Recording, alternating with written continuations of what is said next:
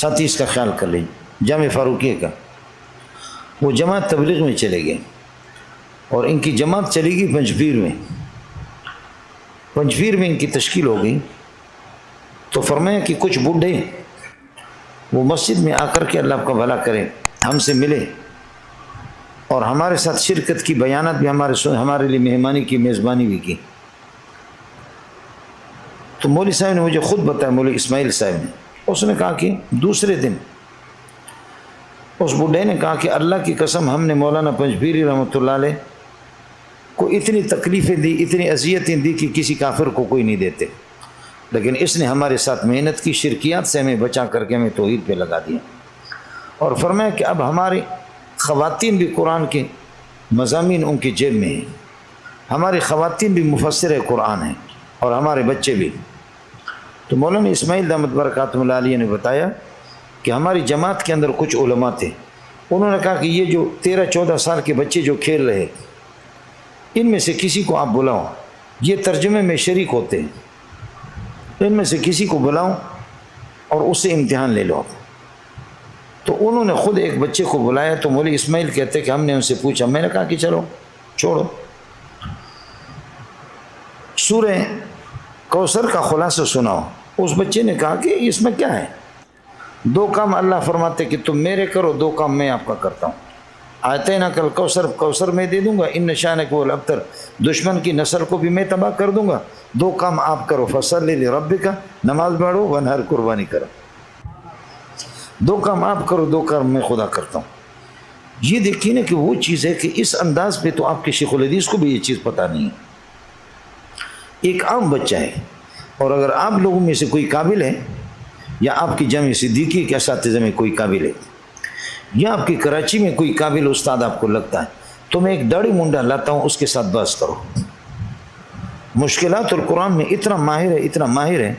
اب تو داڑھی منڈانا انہوں نے شروع کر دیے، ٹھیکیداری کرتا ہے،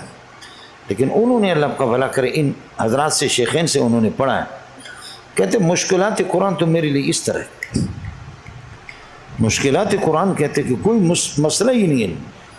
اور میں غلط ہو سکتا ہوں، ظاہر کہ ہماری کیا حیثیت ہے، ہم تو خود یہ کہ جاہل لوگ ہیں،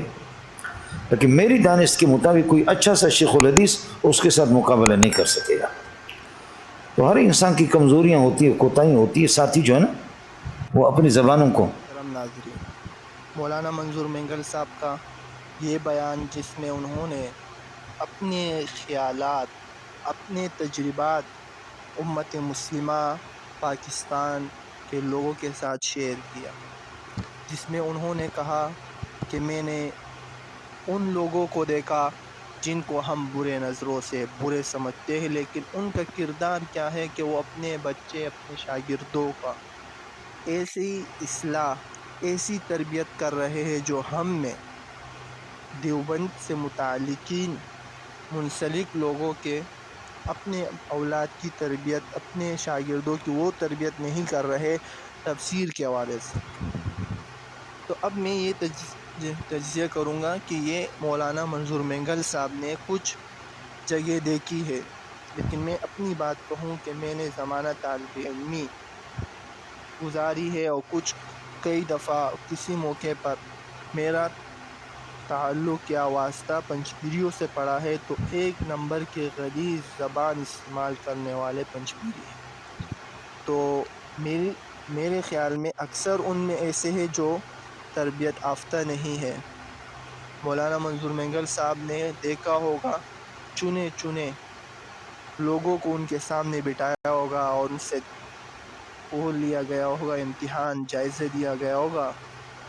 تو وہ ان کے ایک ذہن بن چکا کہ یہ کس طرح بچوں کے تربیت کر رہے ہیں۔ لیکن اصل بات یہ ہے کہ تربیت صرف قرآن اور تفسیر آنے کی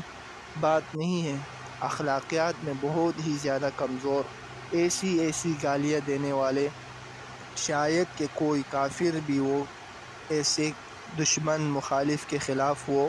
گالی دیتے ہو، جیسے کہ یہ لوگ دیوبندیوں کے خلاف گالیاں دیتے ہیں۔ اتنی غلیظ گالی شاید کہ آپ لوگوں نے پوری تاریخ میں کسی سے سنی ہو۔ اللہ رب العزت ہمیں ان فتنے، پنجپیریت، مماتیت، مودودیت، ہر قسم کے شر اور فساد سے محفوظ رکھے۔